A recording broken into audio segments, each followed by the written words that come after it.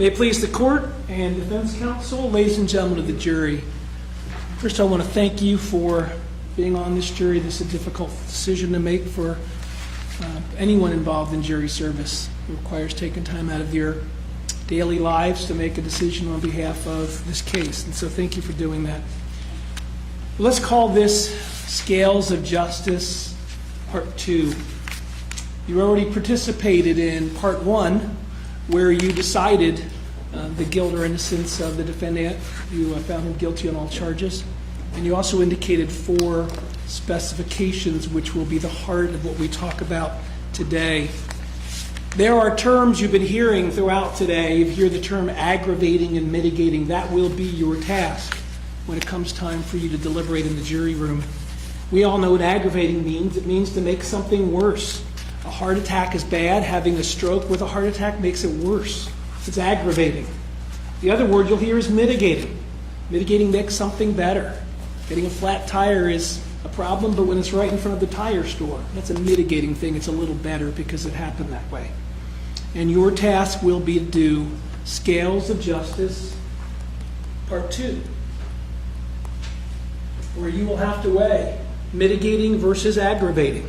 And we, the state, we bear the burden of proof here, in that we have to prove these aggravating factors beyond a reasonable doubt. Now, you already are well practiced using the standard of beyond a reasonable doubt because you thought about it during your first jury deliberation. I would just ask you to remember, beyond a reasonable doubt is not beyond any doubt. It's not even beyond a shadow of a doubt. It simply means using the same common sense you use in your most important affairs in your life. Can you really reasonably say that you have any doubt that something happened? So we will ask you to weigh these aggravating factors, the 4 of them that you've already found, these aggravating circumstances, against whatever mitigating factors exist when you hear from the defense. Now, the way it works, because the prosecution has the burden of proof, you hear from me first in what's called the closing argument. The defense counsel can go next when they do their closing, and then you'll hear finally from Mr. Tennell in what's called the rebuttal close at the very end of our time together with counsel. The judge will give you instructions about what aggravating and mitigating means in legal terms, and I encourage you to follow those instructions. But for our purposes today, the mitigating factor that I'd like to talk about is, I'm going to call it the Fabian factor. And it looks something like this. Again, refer to your own instructions from the judge, but these are the words. Any other factors that weigh in favor of a sentence other than death. And that's a big old grab bag of several things. And we heard a lot from Dr. Fabian. I call it the Fabian factor because most of what we heard, certainly we heard from Shawn Grate's sister, but most of what we heard today was from Dr. Fabian, who was offering evidence, I think meant to have you come to some conclusion that perhaps there's more mitigating evidence here than there is aggravating circumstances. So I would ask you to remember this. The jury is the sole determinant of the credibility of witnesses. Nobody else gets to decide who was credible when they sat at that stand and spoke. You alone decide who's credible. And when you consider Dr. Fabian's testimony, you listen to he and I have our back and forth questions and answers. When you consider his testimony, I would encourage you to remember a couple things. He's not a medical doctor. He's a psychologist, which is a perfectly good and smart thing to be, but not a medical doctor. He did acknowledge a brief period of practicing without a license. Does that mean he's not smart? I kind of think he's smart. He seems smart to me. Smart, but sloppy. There's a lot of sloppiness in the testimony he gave to you. He acknowledged to me that this thing that everybody calls the DSM, which is sort of the handbook for psychologists, what they use to make sure they can make a proper diagnosis. He acknowledged to me that people all around the country use this, psychologists do, and they're supposed to follow it to get to the correct result, to make sure that they're doing it scientifically, based on statistics, which is what the S of DSM stands for. What we saw from Dr. Fabian in his testimony was he was using his gut. He was using his instincts, which might be good gut or good instincts. What he was not using was the DSM. And in order to make diagnoses, you're required to use the DSM. Let's look at, again, the list, which I will briefly go through quickly, because you've heard it once before. Those are all of the things he spoke about. It's the same slide I had up there before. We went one by one. I'm just going to tell you one thing about each one to remember when you're discussing back in the jury room, when you're trying to make this important decision. Dr. Fabian diagnoses the defendant with persistent depressive disorder. Yeah, Dr. Fabian agreed with me that the DSM says if you ever have a hypomanic episode anytime in your life, big word, hypomanic, just means kind of manic, kind of keyed up, like you've had too much coffee, hypomanic. If you've ever had one in your whole life, Dr. Fabian agreed with me, you cannot have persistent depressive disorder. Depressive is low, mania is high, manic is high. So, not according to me, according to DSM, and agreed to Dr. Fabian, a manic episode does away with the first one. Number two, let's look at unspecified bipolar and related disorders. The key word to remember that is unspecified. As Dr. Fabian and I discussed together, the indication in the manual is that's something you do when you have to make a fast decision. And the example they gave in the DSM was like when you're seeing someone in the emergency room. Use your own common sense with emergency rooms. How long do doctors examine you in the emergency room? It's quick. They're trying to get you to a place where they can look at you more slowly up on one of the big floors. Dr. Fabian had 14 months to examine Shawn Grate. 4 different visits, all sorts of tests, looks at all sorts of documents, and a smart doctor, smart but sloppy, a smart doctor. With all that, he couldn't find specified bipolar. So what he does, yeah, the quick one, unspecified. Let's look at the third one. That is other specific trauma and stressor-related disorder. And according to DSM, you have to make specific findings.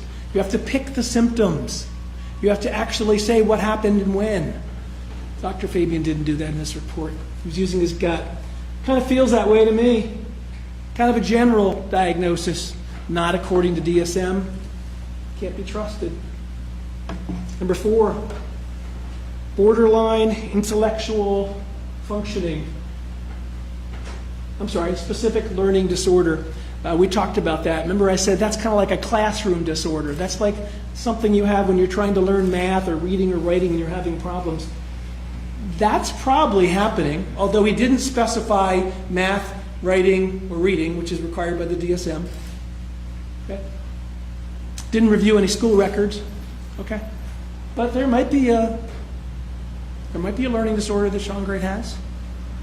When you're doing the weighing, I think what you're going to find is whatever mitigation evidence is, it's very light. It's like a feather compared to a concrete block. Just very little evidence. Lots of people know folks with learning disorders.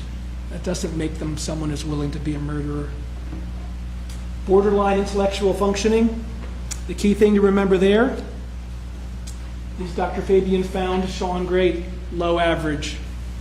The key word in average is average. Low average is average. It's right in the middle. It's not terribly at the bottom of the scale. Let's go to the next one. Mild neurocognitive disorder due to traumatic brain injury. This is the bird bath bump, and this is the accident swinging with a hammer at age 4, 5, 6, thereabouts. Probably happened. I'm not saying those things didn't happen. But in order to diagnose that disorder, what the DSM requires is you had to know the person's mental functioning before the bump. And he told you he had no records that showed what Shawn Grate's mental functioning was before the bird bath bump. Some people call that a benchmark.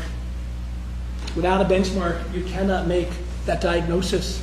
The diagnosis also requires, by the way, evidence that there was an immediate lowering of mental function right after the hit, right after the bump. Dr. Fabian, I think, truthfully told us he had no such evidence. He was eager to say, well, it's probably there, it could be there, maybe it's there. No diagnosis because no benchmark for traumatic brain injury and what it did. The next one, attention deficit hyperactive disorder.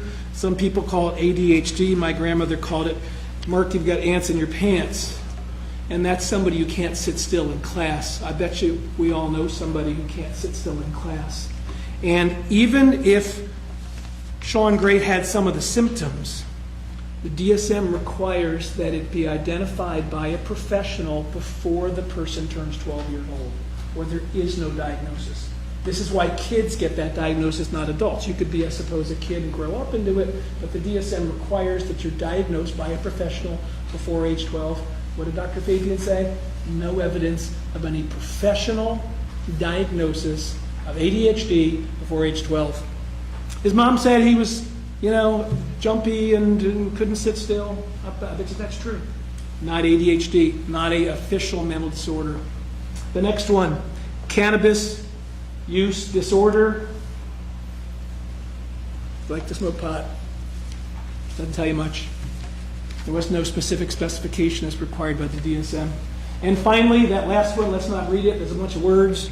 But Dr. Fabian smiled when I said it sounds like a junk drawer full of odds and ends of traits that don't add up to any one condition. And he essentially agreed with that description. And he agreed with me when I said, if somebody has one of those things on that bottom line there, does that guarantee that they're going to go commit a crime? Of course, it doesn't. So I would ask you to look at this, all of this evidence from, again, a smart but sloppy doctor, and we're going to ask you to give it little or no weight, particularly when you look at the aggravating factors that you've already found. You don't need a lot of discussion from me about the aggravating factors. You are familiar with them. There they are. The Shawn Grate murdering Elizabeth was a part of a course of conduct involving the purposeful killing or attempt to kill 2 or more persons by Shawn Grate. That's one of the aggravating circumstances.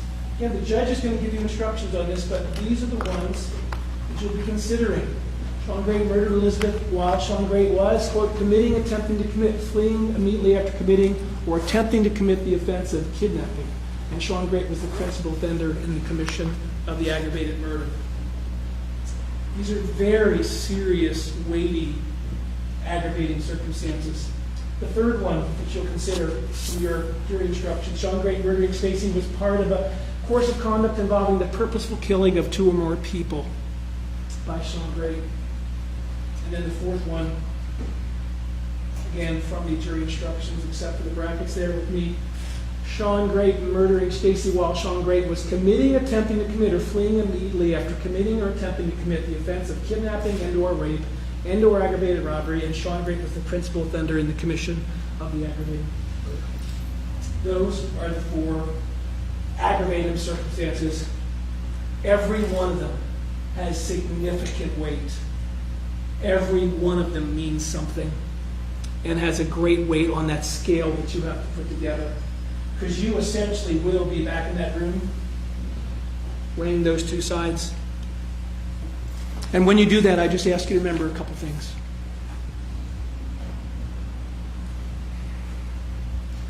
Shawn Grate's actions in these aggravating factors are some of the most serious things you can do in a case like this.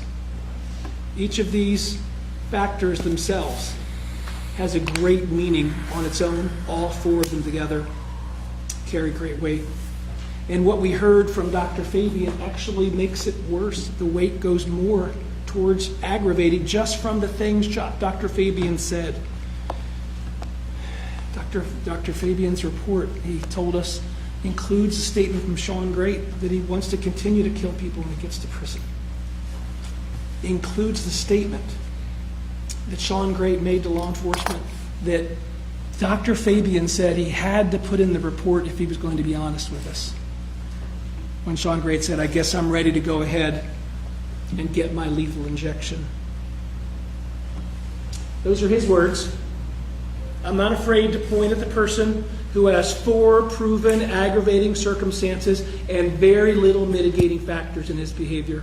He's right there. Counsel, I'm sorry, counsel.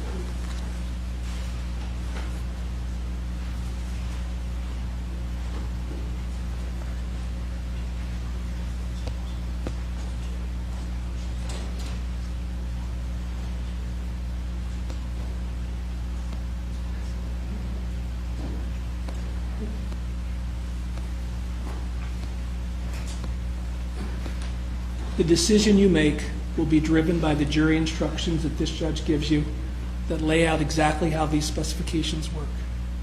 2 counts, and then 2 specifications per count.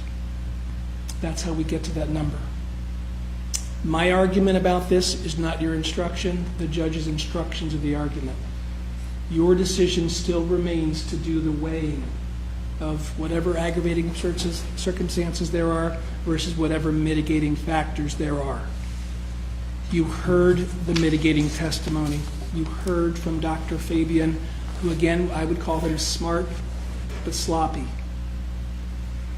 He described a car with 3 wheels. He described that there's something wrong with Shawn Grate. I'm not going to argue against that conclusion. What the state is recommending you do is when you weigh the evidence of the aggravating circumstances, 2 specifications on 2 counts, that we have proven beyond a reasonable doubt that the aggravating factors, the aggravating circumstances, completely outweigh whatever mitigating factors you find as part of your deliberations. And if you follow those instructions, and if you follow the law, you will come back with the verdict that the law requires when you make that finding, and that is you will come back and you will vote to order the death penalty for Shawn Grate. We submit to you that the factors are clear, the instructions that the judge gives you are clear, and that the law demands that verdict. Thank you.